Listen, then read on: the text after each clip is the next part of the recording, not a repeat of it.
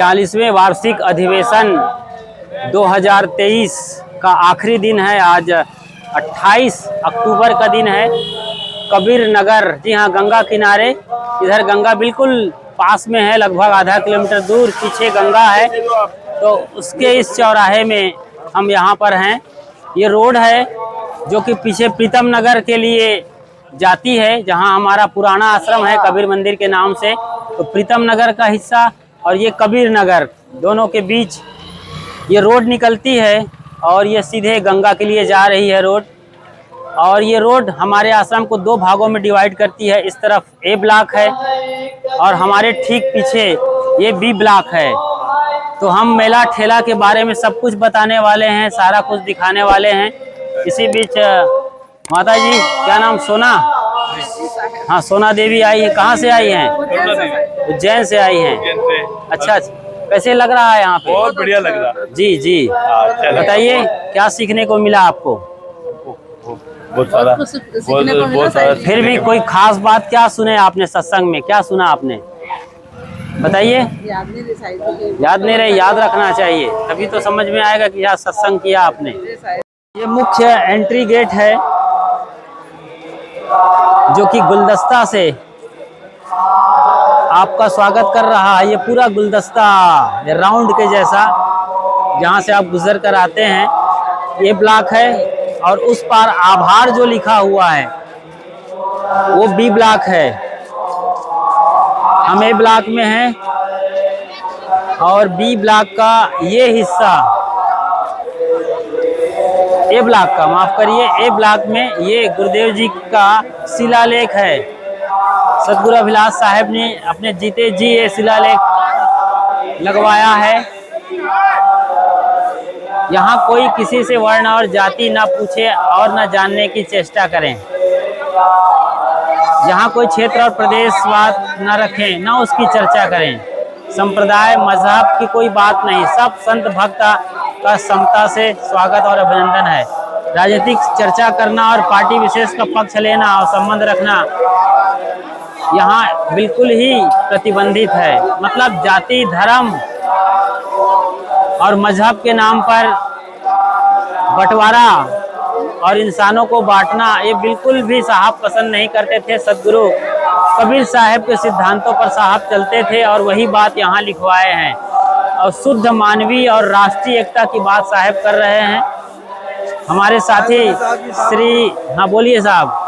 जी साहब जी, बहुत अच्छा लगा यहाँ पे आके। क्या नाम है आपका? रविंद्रनाथ मुन्ना। अच्छा, कहाँ से आए हैं? चंडीगढ़ से साहब जी। चंडीगढ़ से हैं आज? अच्छा, मुन्ना जी चंडीगढ़ से। जी साहब। चंडीगढ़ में कहाँ पे हैं आप? मैं 42 सेक्टर इटावा। अच्छा अच्छा अच्छा, बढ़िया। हाँ, बाबू धाम आश्रम पे जो है अपना। और सदगुरु अभिलाष साहब के लिए दो लाइन बोलिए, सरक दीजिए। हमारे साहब जी पानी डाल रहे हैं। जी साहब जी, उनको और उधर झाड़ू लगाया जा रहा है, बड़ी तेजी से सफाई का काम चल रहा है। कई बार हो गया, हट जाइए वहाँ से, वो पानी डाल रहे हैं। हाँ बोलो, सदगुरु अभिलाष साहब के बारे में बोलिए। बहुत अच्छा विचार है साहब जी, सब संतों से। चलिए, मस्त रहिए, स्वस्थ रहिए। और इसी के साथ यहाँ ये समाधि वाला हिस्सा है, ये सदगुरु अभिलाष साहब की समाधि है।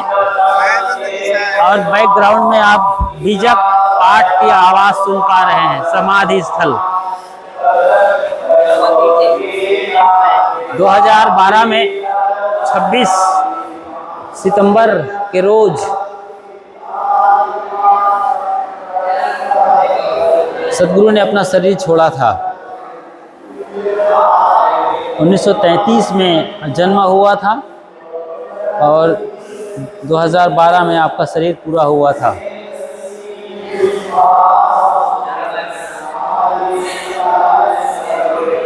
आप समझ गए होंगे। और यहाँ केवल ध्यान साधना के लिए बैठना है, अनावश्यक और फिजूल की वार्ता नहीं। सदगुरु कबीर साहब की ये आदमकद तस्वीर है जो काफ़ी मशहूर है। इसे हमारे गुरु भाई रहे ऋषि दास ने बनाया था। ये षटकोणीय हॉल है जहाँ ऊपर गुरुदेव जी की वाणियों को लिखा गया है। उसकी एक प्रसिद्ध वाणी है, देह क्षेत्र में कर्म प्रवणता, मन प्रदेश में अचल समाधि, जीवन का साफल्य इसी में जब मानस होवे निर्व्याधि। उन्होंने जी कर इसे बताया कि शरीर के तौर पर आप ऊर्जावान रहें, मेहनत करते रहें और मन के स्तर पर आप भीतर से गहरे में शांत रहें, यही जीवन की सफलता है। और ऐसे ही होकर कोई जीते जी मुक्ति का अनुभव कर सकता है। तमाम वाणियाँ लिखी हुई है। तो समाधि स्थल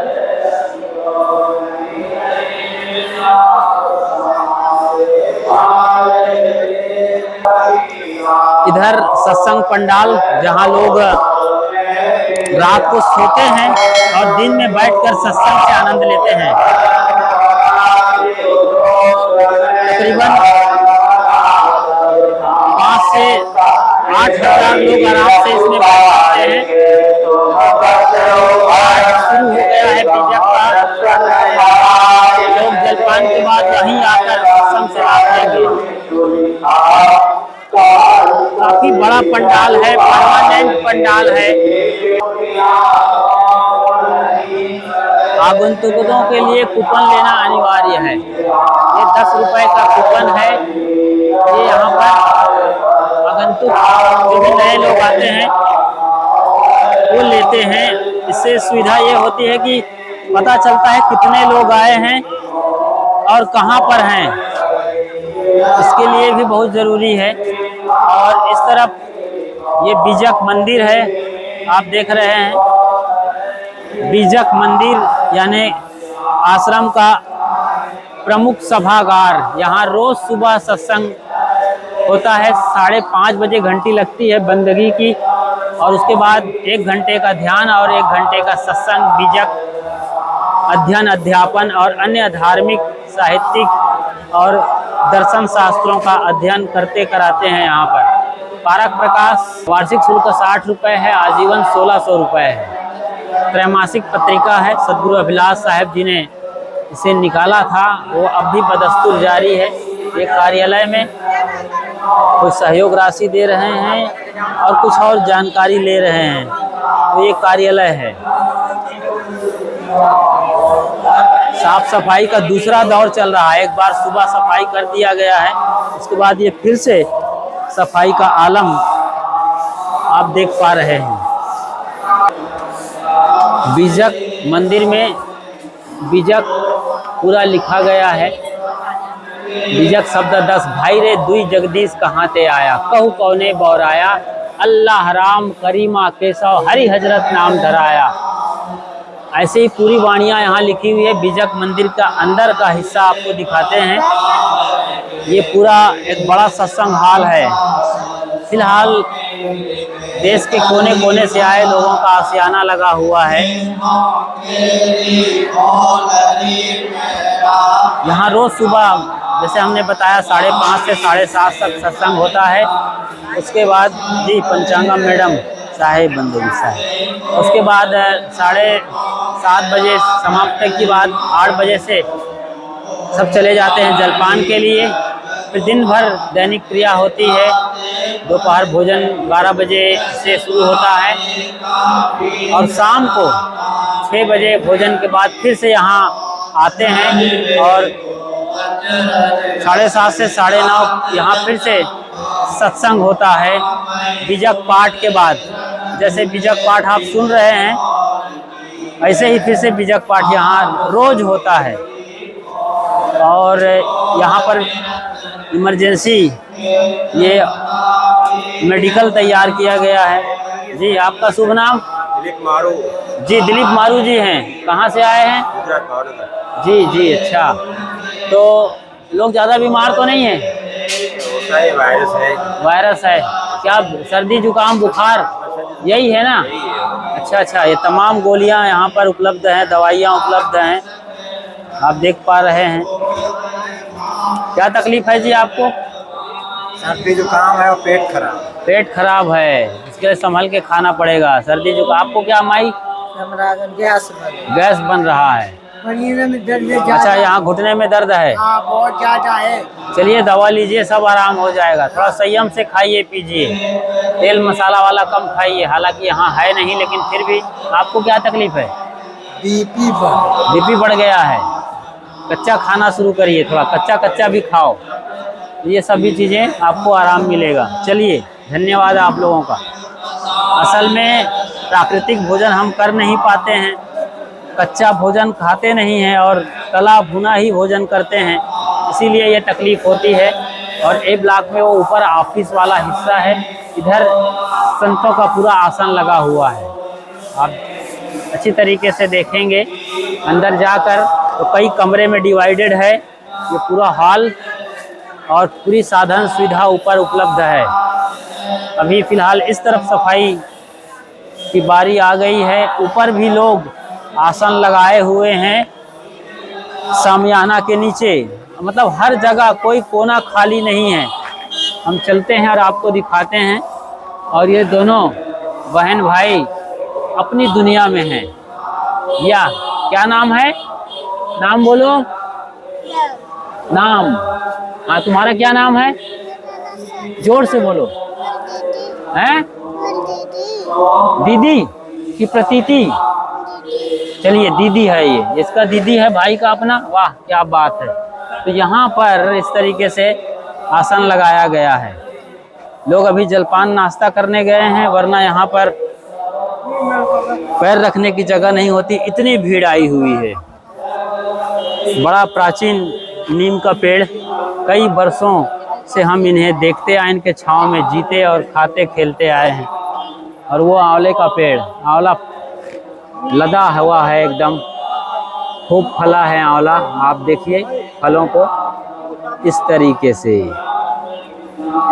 सागौन के पेड़ लगा दिए गए हैं, बिल्कुल ताज़ा तरीन। उधर टॉयलेट, बाथरूम, वॉशरूम, प्रसाधन, हर कोने में प्रसाधन है, कोई कमी नहीं है किसी चीज़ की यहाँ। कबीर साहित्य केंद्र, कबीर पारक संस्थान, प्रीतम नगर, प्रयागराज। जी हाँ, प्रीतम नगर जो यहाँ से लगभग 1 किलोमीटर शहर की ओर है, वहाँ पूरा साहित्य रखा हुआ है। वहाँ के कबीर मंदिर में, जो कभी पूरा हमारा आश्रम था 99 के पहले तक, 99 में यहाँ कबीर नगर आए, 1 किलोमीटर दूर गंगा किनारे। और ये कबीर साहित्य यहाँ पर आप देख सकते हैं। देखिए, सदगुरु अभिलाष साहब जी की लिखी हुई तमाम किताबें यहाँ पर हैं। सबसे ज़्यादा बिकने वाली किताब ये है, बीजक व्याख्या 2 खंडों में है। अच्छी खासी किताब है, सबसे ज़्यादा इसी को पढ़ते हैं लोग पूरी दुनिया में, कबीर साहब को और उनके बीजक को समझने के लिए। बीजक व्याख्या 2 खंडों में है। कितनी कीमत है साहब इसकी? 325 दाम है, 230 में दे रहे हैं। 325 मिल है, लेकिन 230 में आप ले सकते हैं, मतलब छूट पर। 650 एक सेट का है। अच्छा, 460 में दिया जा रहा है। 650 की किताब है टोटल, लेकिन 460 में यहाँ पर मिल रही छूट में। ये बड़ी बात है। 30% छूट। 30% छूट है सभी किताबों पर, जो 10 रुपए से ज़्यादा की है। ये कबीर दर्शन एक बढ़िया किताब है। सदगुरु अभिलाष साहब ने भारतीय अन्य दर्शनों के साथ कबीर दर्शन की तुलना किया है। ये सदगुरु अभिलाष साहब जी का जीवन दर्पण है, हमारे गुरु भाई राम साहब ने इसे लिखा है। तो छोटी बड़ी कहत कबीर भी है यहाँ पर, कहत कबीर, छोटी बड़ी कई किताबें हैं। कहत कबीर की बात करें तो 500 से ज़्यादा भजन इसमें हैं इकट्ठे, लोग ले रहे हैं। कौन सा किताब? ये देखो, कबीर दर्शन 230 दाम, 165 पड़ेगा। 230 का है, 165 पड़ेगा। ले लीजिए, बहुत बढ़िया किताब चयन किया है आप लोगों ने। सब कोई लीजिए किताब, छोटी बड़ी। देखो, आपने इतना सारा किताब चॉइस किया। ये किताब ले रहे हैं दादा? जी सर। आप पढ़ते हैं?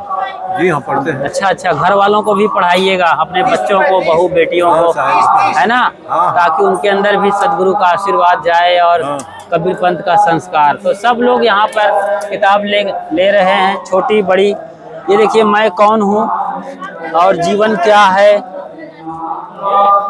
ब्राह्मण कौन, कृष्ण कौन, ये कौन श्रृंखला की किताब, जैसे ईश्वर क्या है, नास्तिक कौन, कबीर कौन, ये कई किताबें हैं यहाँ पर। ये किताबें जानते हैं ज़्यादा से ज़्यादा 10 रुपए की हो सकती हैं, ये लेना चाहिए। 3 जी 10 रुपये हम देते हैं। हाँ 13 रुपए प्रिंट है, तो 10 रुपए के रेंज में बहुत सारी किताबें हैं, सबको लेना चाहिए। आप नहीं आए हैं यहाँ तो आप बात कर सकते हैं, मोबाइल नंबर यहाँ पर है और आपको ये पार्सल भेज दिया जाएगा। ये नंबर 2 नंबर है यहाँ, इन नंबरों से बात करिएगा और पूरा साहित्य आपके यहाँ पार्सल कर दिया जाएगा। जो भी किताब पसंद करेंगे या फिर kabirparak.com में जाकर भी इन किताबों को देख सकते हैं। सदगुरु अभिलाष साहब की तस्वीर है, कबीर साहब जी ये पारक सिद्धांत के महापुरुष है, जिसमें 8 या 10 संत गुरुजनों का पूरा चित्रण है, आप देख सकते हैं। सदगुरु अभिलाष साहब जी भी अब इस लिस्ट में आ गए हैं, क्योंकि सदगुरु अभिलाष साहब ने ही इनको बनवाया था। दीप सिंह बारिया ने इन सारे फोटो को डिज़ाइन किया था। और अब ये कितनी कीमत है साहब इसकी? 10 रुपए में। और छोटी जो तस्वीर है ये 5 रुपए की। ये गुरु वंदना, वाह सबसे ज़्यादा बिकने वाली छोटी किताब है ये गुरु वंदना। संसार के महापुरुष कबीर गुरुदेव जी की डायरी है। भुला लोग कहें घर मेरा, बस आनंद अटारी। ध्यान के बाद लिखते थे एक पेज, वही कम से कम 10-12 डायरी हो गई है साहब। यहाँ पर सब है। स्त्रियों के लिए स्त्री बाल शिक्षा भी है, ये स्त्री बाल शिक्षा है। और ये मूल बीजक है, इसी से सारा विस्तार हुआ है। और इसका बड़ा रूप भी है, मूल बीजक का बड़ा वाला कहाँ है? इस तरफ है। अच्छा, तो बड़े फॉन्ट में है, आप बिना चश्मा के भी पढ़ सकते हैं। हाँ, लेकिन आँख जरूरी है, और आँख बीजक पढ़ने पर भीतर की आँख मिलती है। आत्मा में लौट आना सत्संग है, ये गुरुदेव जी का प्रमुख मंत्र। तो यहाँ पर अभी सफाई का काम संपन्न हुआ है। तो A ब्लॉक में लगभग हमने दिखा दिया है। बीच में गुरु जी का कमरा दिख रहा है, वहाँ पर ये इसी के नीचे गुरुदेव जी 99 से लेकर 2012 के साल तक रहे। चलिए देखते हैं फिलहाल क्या हो रहा है गुरु जी के निवास में। क्या कंठी दीक्षा हो रही है? तो वहाँ हम दिखा देते हैं आपको कंठी दीक्षा का प्रारूप।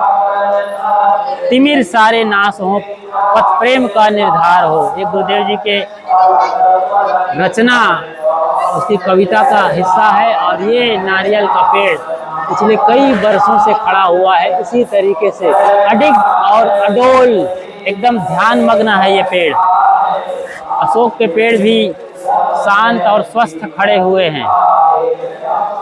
ये समाधि का बाहरी दृश्य आप देख पा रहे हैं। इस वक्त सदगुरु अभिलाष साहब की समाधि है। 2012 में यहाँ उन्हें समाधि दी गई थी। 1933 में जन्मे सदगुरु का सबसे बड़ा मंत्र यहाँ पर लिखा हुआ है लक्ष्य पहुँचना। गुरुदेव जी का ये मूल मंत्र है, लक्ष्य पहुँचना उस मंजिल तक जिसके आगे राह नहीं। ये आत्मदेश की बात है, स्वयं की स्थिति है, उससे आप फिर कहाँ जाएंगे? अपनी आत्मा में लौटकर स्वयं में स्थित हो गए, स्वरूप स्थिति इसे कहा जाता है। ये यहाँ पर मंत्र दीक्षा, गुरु दीक्षा हो रही है। लोग आए हैं और अपने गुरु दरबार में गुरु से मिल रहे हैं, दीक्षा ले रहे हैं।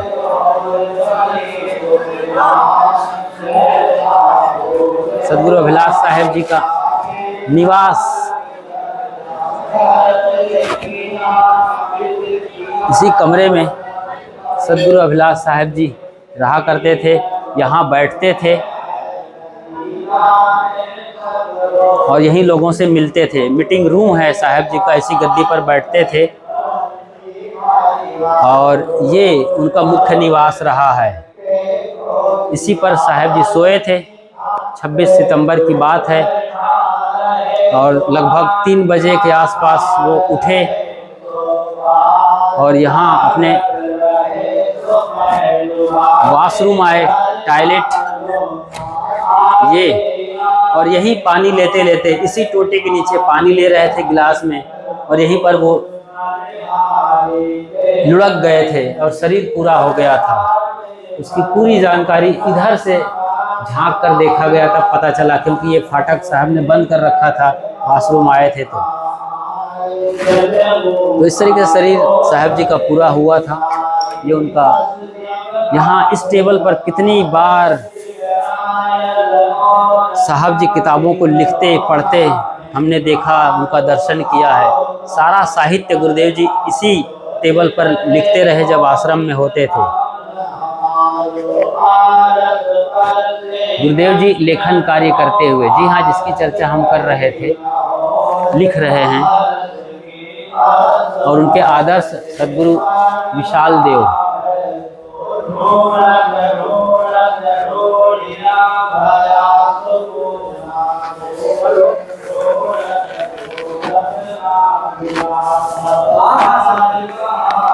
ये हॉल गुरुदेव जी यहाँ बैठते थे और लोग उनसे मिलने दर्शन करने आते थे। और ये उनके सेवकों के लिए साधकी रूम है। ये 2 सेवक 3 सेवक यहाँ रहते रहे गुरुदेव जी के वक्त भी। अभी वर्तमान पूज्य धर्मेंद्र साहब जी इस भूमिका में हैं। आप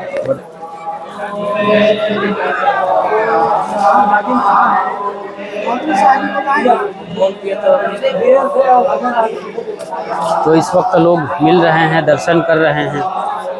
हाँ हाँ, मिलिए मिलिए मिलिए, कुछ देर बात कर रहे हैं, मिलिए, बंदगी करिए, चलिए करिए करिए। सबको बंदगी करने का मौका है, भेंट करने आए हैं। दीक्षा समारोह भी, कंठी दीक्षा भी यहीं पर होती है।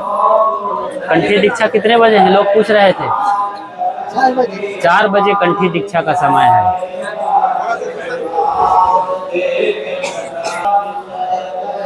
आंवला का पेड़, हालांकि इसमें फल कम आए हैं, लेकिन वो वाला आंवला काफ़ी फला हुआ है।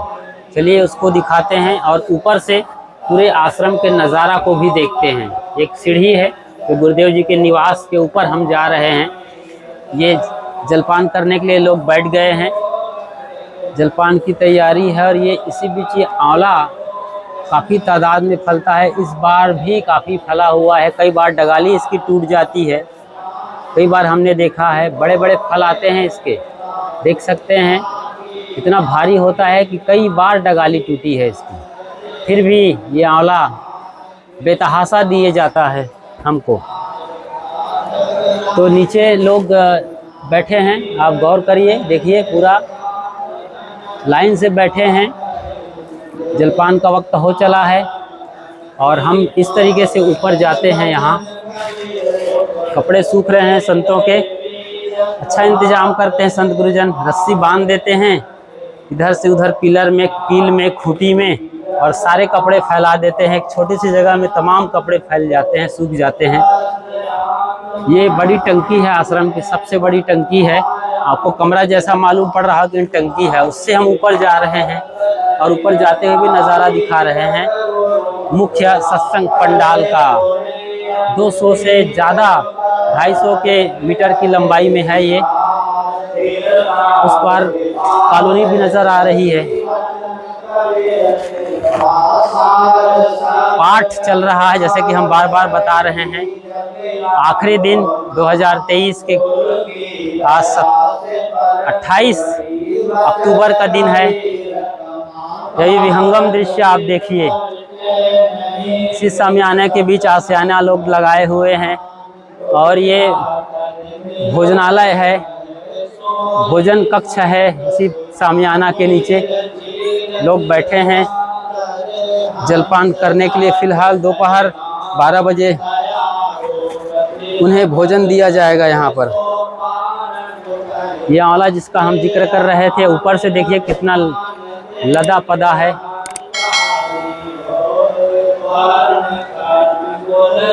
और रसोई घर का बिल्डिंग आप देख पा रहे हैं, ऊपर का हिस्सा 5 से 6 एकड़ के लंबाई चौड़ाई में फैले ये आश्रम का पूरा परिसर। ये बड़ी टंकी जिसका हम जिक्र कर रहे थे, पानी की सबसे बड़ी टंकी है आश्रम की। और तो फिर कितनी सारी टंकियां बन गई हैं अब। इसी हाल से लगा हुआ पीछे जाएंगे तो तमाम शौचालय हैं जिसकी तादाद 500 से भी ज़्यादा है। उधर किनारे एकदम तो हर तरह के साधन सुविधाओं का यहाँ अंबार है। कोई तकलीफ़ किसी को नहीं होती है किसी भी तरीके से। ये समाधि को आप देख पा रहे हैं, षटकोणी समाधि का ऊपर का हिस्सा भी काफ़ी खूबसूरत है, एक छतरी नुमा। सदगुरु का पार्थिव शरीर इसी में समाधि दी गई थी। ज़मीन खोद कर उन्हें एक ताक में बैठा दिया गया था और मिट्टी से ढाक दिया गया। इसके पहले उसके पार्थिव शरीर की फूल मालाओं से स्वागत, अभिनंदन, आरती सब कुछ किया गया। पाठ खत्म हो गया।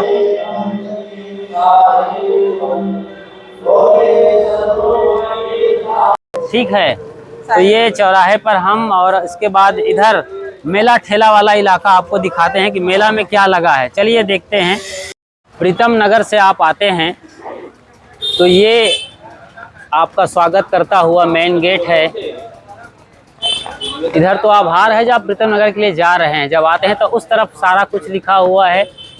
तन की भूख तनिक है तृप्ति पाओ या शेर, मन की भूख अथाह है तृप्त न पाए सुमेर। सदगुरु राम सूरत साहिब जी, ये हैं उनकी तस्वीर। गुरुदेव जी के यानी सदगुरु अभिलाष साहिब के गुरुदेव, ये सदगुरु अभिलाष साहिब जी। देह क्षेत्र में कर्म प्रवणता, मन प्रदेश में अचल समाधि, मानस का साफल्य जीवन इसी में जब मानस होवे निर्व्याधि। सदगुरु अभिलाष साहिब की पंक्तियां हैं उनके रचनाओं से। ये गुरुदेव जी। कबीर पारक संस्थान प्रीतम नगर प्रयागराज आपका स्वागत और अभिनंदन करता है। और इधर पूरा मेला और ठेला का नज़ारा है। ये कबीर साहिब की बाउंड्री है। सदगुरु अभिलाष साहिब के आश्रम यानी कबीर पारक संस्थान कबीर नगर की बाउंड्री और पूरा आश्रम उधर जो कि हमने दिखाए। इसी बीच ये मेला ठेला में हर तरह की चीज़ें उपलब्ध हैं। बैग है क्योंकि ज़रूरत है इनकी, लोग आते हैं बैग फट जाते हैं तो बैग चाहिए। ये रुद्राक्ष के नाम पर कई चीज़ें बिक रही हैं यहाँ। बढ़िया हर तरह की चीज़ें हैं। ये इससे मिलते हैं। ये क्या है भाई? ये क्या है? ये वाला है? ये कौन सा? ये बाल वाला कस्तूरी है। कस्तूरी कहाँ से मिलता है? हिरण की नाभि में कस्तूरी पाई जाती है। कस्तूरी कुंडल बसे मृग ढूंढे बनमाए। उठा के दिखाओ उसको जरा थोड़ा सा। ये है कस्तूरी, तो नाभि में होती है ये। इसके अंदर है क्या? अभी सब फोड़ेंगे तो क्या निकलेगा? फोड़ेंगे तो क्या निकलेगा? अब हमको क्या मालूम क्या निकलेगा? अच्छा, आप सिर्फ बेचते हैं, इनको नहीं मालूम है बिल्कुल क्या क्या है। कस्तूरी सुगंधित चीज मानी जाती है। तो कस्तूरी पकती है उसके नाफा में तो सुगंधी फैलती है और बेचैन हो जाती है। कस्तूरी कुंडल बसे मृग ढूंढे बनमाए, तैसे घट घट राम है दुनिया जानत ना है। यहाँ खान पान की साधन सुविधा, इधर चाय और बिस्किट का ठेला नज़र आ रहा है। कपड़े लत्ते बैग और ये इधर तमाम गाड़ियाँ आती हैं। स्टेशन यहाँ से लगभग 10 किलोमीटर दूर है। तो वहाँ से आने वाले ये टोटो को उधर स्टैंड में रखे जाने के लिए लोग रास्ता बता रहे हैं, वरना लोग आश्रम के दरवाजे पर खड़ा कर देते हैं। बड़ी दिक्कत होती है लोगों को, जबकि वहाँ पर जगह है। ये प्रसाद है यहाँ की मिठाई, बड़ी प्रसिद्ध मिठाइयाँ हैं। देखिए अलग अलग रंग रूप के। ऐसे ही मुंशी प्रेमचंद की कहानी आपने पढ़ी होगी। जब हामिद चिमटा लेने जाता है तो चिमटा लेके आता है ये मिठाई, और पहलवान लेके नहीं आया था। इसी तरीके से पहलवान नहीं लेके आया जिसे कढ़ाई में गर्म पानी में डाला जाए तो फिर से वो चाशनी बन जाए। ये कहानी आपने पढ़ी होगी। तो यहाँ पर इस तरीके से क्या क्या इधर क्या क्या मिल रहा है? अरे इधर सब कुछ मिल रहा है, पूरा मार्केट भरा हुआ है। अच्छा, सब आपकी दया से। चलिए जय हो। क्या हाँ। क्या लिया आपने? बोले तो हमने कंठी तो- माला? हम लोग 3 कंठी माला लाए, अच्छा एक 500 का माला दे रहा है। अच्छा अच्छा, वाह काफी महंगा है। क्या लिया साहब जी आपने, क्या लिया? बोले यही बैग लेके आए, कितने का है? अच्छा 100 रुपए में मिल गया, बहुत बढ़िया। 100 रुपए में बैग मिल गया। और क्या चाहिए संतन को? मजबूत होना चाहिए, वरना यूज एंड थ्रो कल्चर का ना हो, ताकि दिक्कत हो जाए। ये साल वाले आए हैं, 100 रुपए का साल है। 100 दिन चल जाएगा सही में। ये क्या है? ये तो ऊन तो है नहीं, ये बाल का बिना है, बिना है। ऐसा। चलिए बहुत बढ़िया, आपका सामान लोग खरीदे। हाँ हाँ, 100 रुपए में। क्या ले रहे हैं साहब जी? क्या क्या लिए आप लोग देख रहे हैं? तो ये माला, मुंदरी और गले के हार, कई तरह की चीजें हैं यहाँ पर। बढ़िया।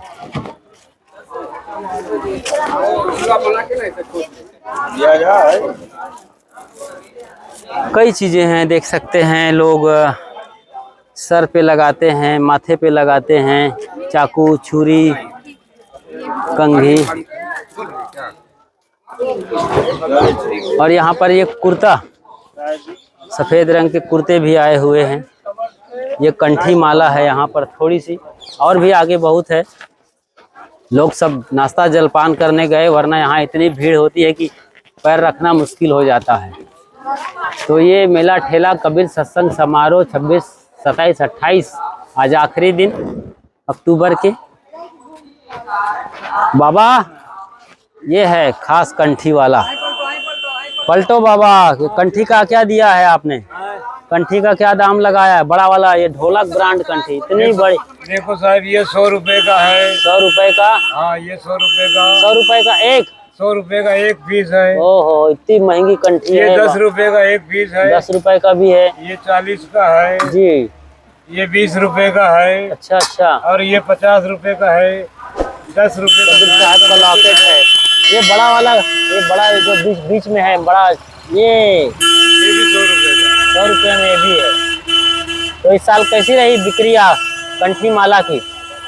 बाबा हाँ, कंठी माला की बिक्री कैसी रही? अच्छा रहा, बिक्री भी अच्छा रहा और आश्रम पर सत्संग भी बहुत अच्छा रहा। अच्छा अच्छा, समापन की ओर यही है। कार्यक्रम का आखिरी दिन है, इसीलिए सब सामान लगभग अंतिम कगार पे हैं, खत्म हो रहे हैं। बढ़िया है, यही दुकानदारी की सफलता है कि उसके सामान खत्म हो जाएं जब तक वो यहाँ से लौटना शुरू करें।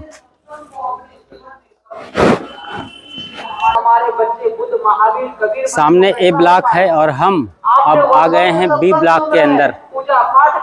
बी ब्लॉक का ये हिस्सा आप देख पा रहे हैं। यहाँ पर एक घास वाली जगह, इसी पर पहले पंडाल लगता था सामियाने से। चूँकि अब परमानेंट पंडाल पीछे ब्लॉक में लगने लगा है, इसलिए ये जगह खाली रहती है, कपड़े सुखाने के काम में आते हैं। और ये पहले का मुख्य मंच, जी हाँ, कई सालों तक इसी मंच पर, मंच भी नहीं था, केवल चौकी लगाते थे और सदगुरु इसी पर सत्संग सुनाया करते थे। पूरा खचाखच भरा रहता था। फिर बाद में ये बिल्डिंग्स बन गई यहाँ पर। ये पूरा निवास स्थल है, ऊपर नीचे अटैच्ड बाथरूम के साथ। इधर 2 हॉल हैं, इस तरफ और इस तरफ, बीच में रास्ता है और ऊपर जाकर के कई कमरे। और तो इस तरीके से ये अब रहने के लिए ही जगह बन गई है पूरी तरीके से देखें तो। आश्रम के ए ब्लॉक में, माफ़ करिए बी ब्लॉक में, ये संत कबीर धर्मार्थ होम्यो चिकित्सालय। तो यहाँ पर निःशुल्क ये चिकित्सा सुविधा उपलब्ध है होम्योपैथी की। हर दिन यहाँ पर ये सुविधा मिलती है, चिकित्सा सेवा मिलती है। अभी तो यहाँ पर इक्यूप्रेशर और इक्यूपेंचर का भी इंतज़ाम हो गया है, वरना ये होम्योपैथी की दवाइयाँ डॉक्टर साहब, कंपाउंडर साहब बैठे हुए हैं और ये पूरा सिस्टम नज़र आ रहा है बाहर से।